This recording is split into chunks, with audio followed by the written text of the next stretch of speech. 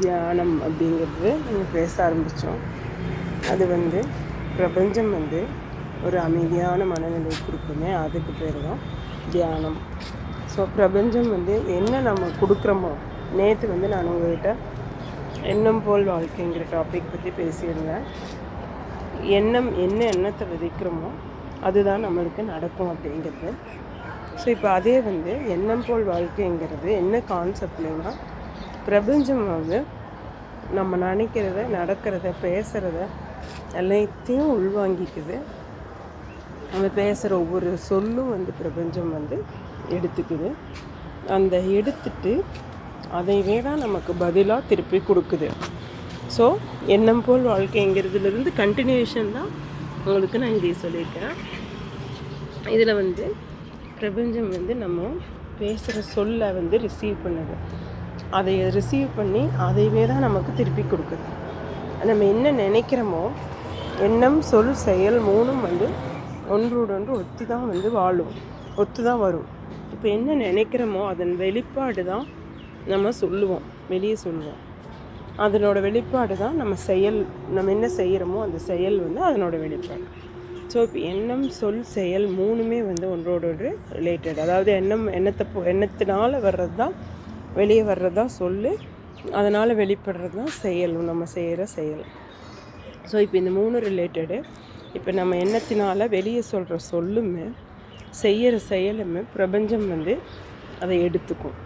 அதை எடுத்துட்டு அதுக்கு உண்டான அதையவே தான் நமக்கு திருப்பி கொடுக்கும். நம்ம எண்ணத்தை கொடுத்தோமோ அதையவே தான் நமக்கு திருப்பி கொடுக்கும். ஸோ அந்த மாதிரி பார்த்தோம். நம்ம இப்போ என்ன சொல்கிறோமோ அதை எடுத்துகிட்டு நமக்கு அதை திருப்பி கொடுக்கும்.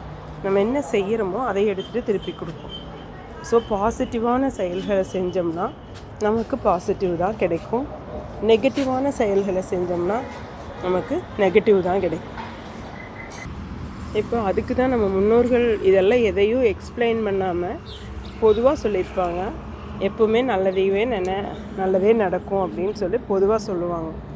இப்போ வரைக்கும் நிறையா தியானம் குருமார்கள் சொல்கிறதுமே அதே தான், நல்லதையே நினைக்கணும், நல்லது நடக்கணும்.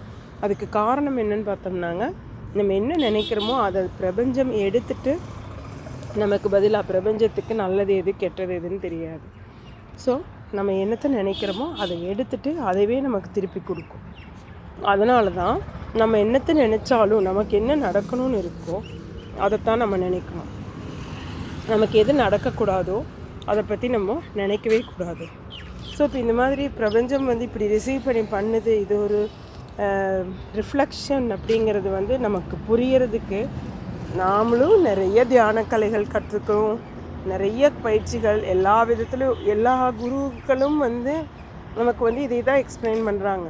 நம்ம ஒரு முறையில் தான் இப்படி இருக்குது அப்படிங்கிறது இல்லை. எல்லா விதத்துலேயும், எல்லா விதமான தியான முறைகள்லேயும் இதை தான் எக்ஸ்பிளைன் பண்ணுறாங்க. ஸோ நம்ம எல்லா விதத்துலேயும் இதை எக்ஸ்பிளைன் பண்ணும்போது நம்ம அதை புரிஞ்சிக்கும் போது தான் நமக்கு இந்த ஸ்பெஷல் இது தெரியும். பிரபஞ்சம் நம்ம நினைக்கிறது அப்படியே நமக்கு கொடுக்குது அப்படிங்கிறது. ஸோ இன்றைக்கி நான் உங்ககிட்ட பேச வர்றது என்னென்னா, ஒரு சின்ன குழந்தைய பாருங்கள், அதுக்கு எப்போவுமே சிரிச்சிட்ருக்கிற மாதிரியான சூழ்நிலை தான் அமையும். காரணம், பெற்றோர்கள் குழந்தைன்னு சொல்லி திட்டமாட்டாங்க. அதுக்கு வேணுங்கிறது எல்லாம் தருவாங்க. வேணுங்கிற மாதிரி சரி கொஞ்சம் அடம் பிடிச்சாலும் பரவாயில்லன்னு விட்டு தருவாங்க. இதுக்கு என்ன காரணம்னா, அந்த குழந்தை கெட்டது நினைக்க தெரியாது, அந்த குழந்தை நல்லதை தான் நினைக்க தெரியும். அது தனக்கு வேணுங்கிறது தான் நினைக்குமோ இல்லையா, அதனால பெரியவங்க அளவுக்கு கெட்டதெல்லாம் நினைக்க தோணாது குழந்தைங்களுக்கு.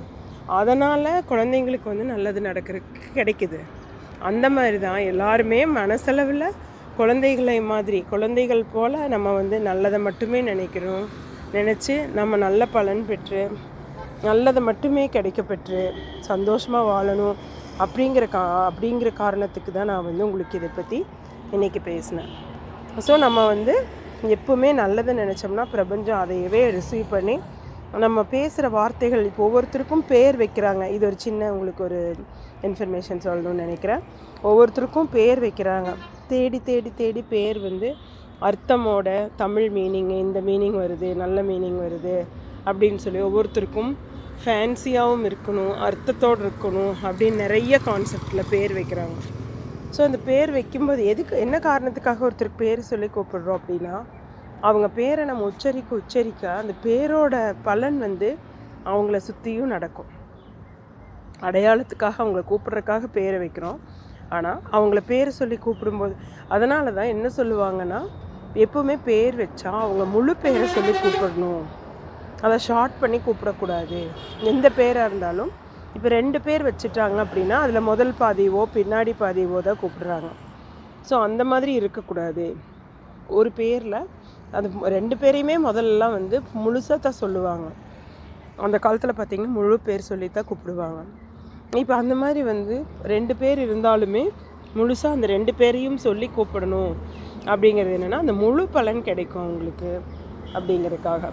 ஸோ நீங்கள் இந்த மாதிரி வந்து நல்லதை பேசும்போது நல்லதை பிரபஞ்சம் வாங்கிட்டு நமக்கு கொடுக்கும், நல்லதை செய்யும்போது நல்லதை பிரபஞ்சம் ஈர்த்துட்டு நமக்கு அதை கொடுக்கும். அதனால் எல்லோரும் நல்லதே பேசி நல்லதே செஞ்சு நல்ல பலன் பெறணும் அப்படிங்கிற ஒரு எண்ணத்தோடு நான் வந்து உங்களுக்கு இதை முடிச்சுக்கிறேன். நன்றி. வாழ்க வளமுடன்.